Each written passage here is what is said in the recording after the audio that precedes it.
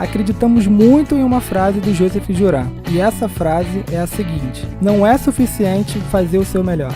Primeiro, é preciso saber exatamente o que fazer para depois você dar o seu melhor.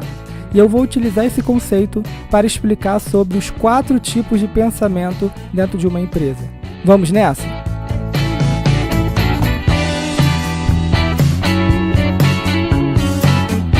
O mais comum de todos é o pensamento eficiente, que busca fazer da forma certa, no menor tempo e no menor custo. Podemos apelidar as pessoas desse pensamento como pessoal da execução. Toda empresa tem pessoal da execução, não é verdade? Mas devemos nos preocupar, pois esse tipo de pensamento pode levar a gente a fazer o que não deve ser feito do jeito certo. Ou seja, ser muito eficiente em algo que não era para ter sido feito de jeito algum. Aqui eu trago um ponto de reflexão para as pessoas que só executam e não pensam sobre o que estão executando. Já o segundo pensamento é o pensamento eficaz, que busca fazer o que deve ser feito priorizando as ações certas.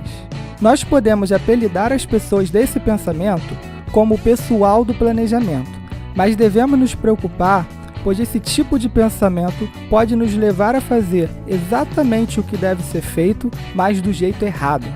Ou seja, demorar muito tempo, perder o time, ser muito custoso esse processo todo, ou não conseguir executar e colocar em prática. Aqui eu trago um ponto de reflexão para as pessoas que só pensam e não executam. Então vale lembrar que estamos utilizando os extremos de cada lado. E você já pôde notar que não faz sentido sermos somente um desses lados, não é mesmo? É aí que entra o pensamento estratégico, que busca ser eficaz para depois ser eficiente, fazendo exatamente o que deve ser feito da forma certa, no menor tempo e custo, com foco no resultado e visão de longo prazo. Este é o melhor pensamento que você pode buscar construir na sua empresa com a sua equipe, pois com ele a pessoa faz o que deve ser feito do jeito certo. Nós podemos apelidar as pessoas que possuem esse pensamento como o pessoal da estratégia. Mas esse tipo de pensamento pode e deve fluir por toda a empresa. Tudo irá depender da liderança e da comunicação. Mas não tem como a gente comunicar e liderar algo que não foi definido antes. Esse é um erro muito comum. Se a sua empresa não tem uma direção clara, corre o risco de cada um puxar para um lado. Se a sua empresa não tem clareza, como você vai comunicar com clareza? Simplesmente não vai. Você concorda? Mas, infelizmente, aqui no Brasil, ainda existe um outro pensamento. O pensamento do Zeca, que busca fazer o que der na telha, deixando a vida me levar. Inclusive, muitos aqui no Brasil cantam isso com muito orgulho. Você já viu? Este certamente é o pior de todos os pensamentos, porque as pessoas fazem o que não deve ser feito e ainda faz do jeito errado.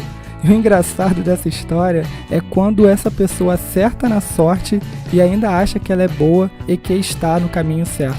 Bom, este é um pensamento que pode ser corrigido caso sejam poucos no seu time, mas é o pensamento que não pode existir de jeito algum entre os sócios e a diretoria, porque senão, enquanto estiver esse pensamento, tudo está perdido e nunca existirá estratégia, pois nunca existirá um planejamento. É por isso que eu falo que o que nos impede de transformar o nosso conhecimento em resultado são as nossas habilidades, crenças e o nosso psicológico. Então, pensamento